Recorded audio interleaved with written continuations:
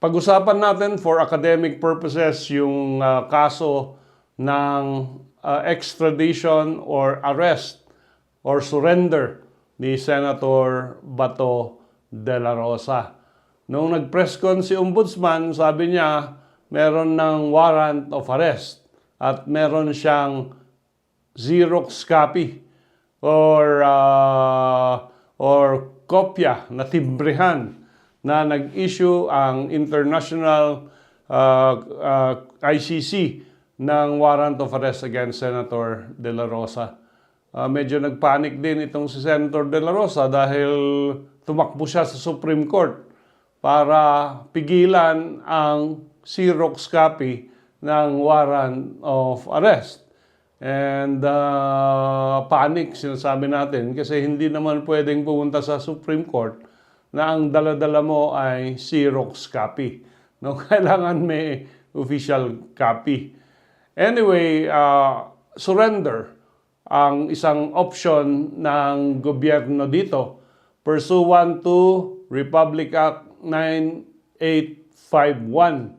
Ito yung ang act defining and penalizing crimes against international humanitarian law, genocide, and other crimes against humanity, organizing jurisdiction, designating special courts, and for related purposes. Under Section 17, the state shall exercise jurisdiction over persons, whether military or civilian, suspected of or accused of a crime defined and penalized under this act, regardless where the crime is committed, provided any of the following conditions is met. Accused is a Filipino, nandito siya sa Pilipinas, ang crime was committed against a Filipino citizen.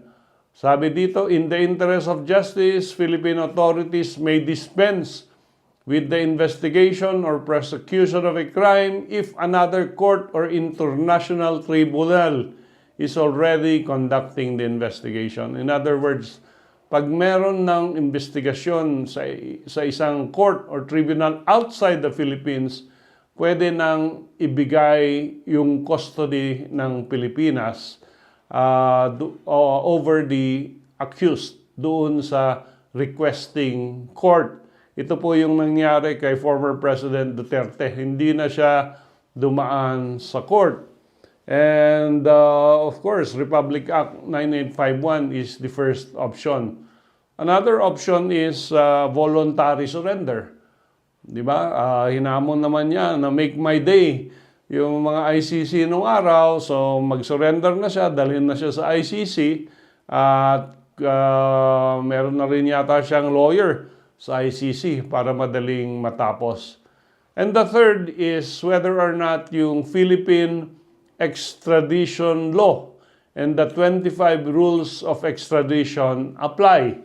At yun nga, in-explain natin before kung ano yung mangyayari doon sa extradition rules. Ang problema lang dito sa extradition rules, sabi dito the extradition request should come from a state or isang bansa, isang country.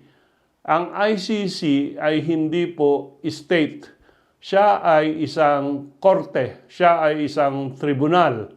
So, baka hindi mag-apply yung extradition rules sa kaso ni Senator De La Rosa. Ang mag-a-apply ay yung Republic Act 9851.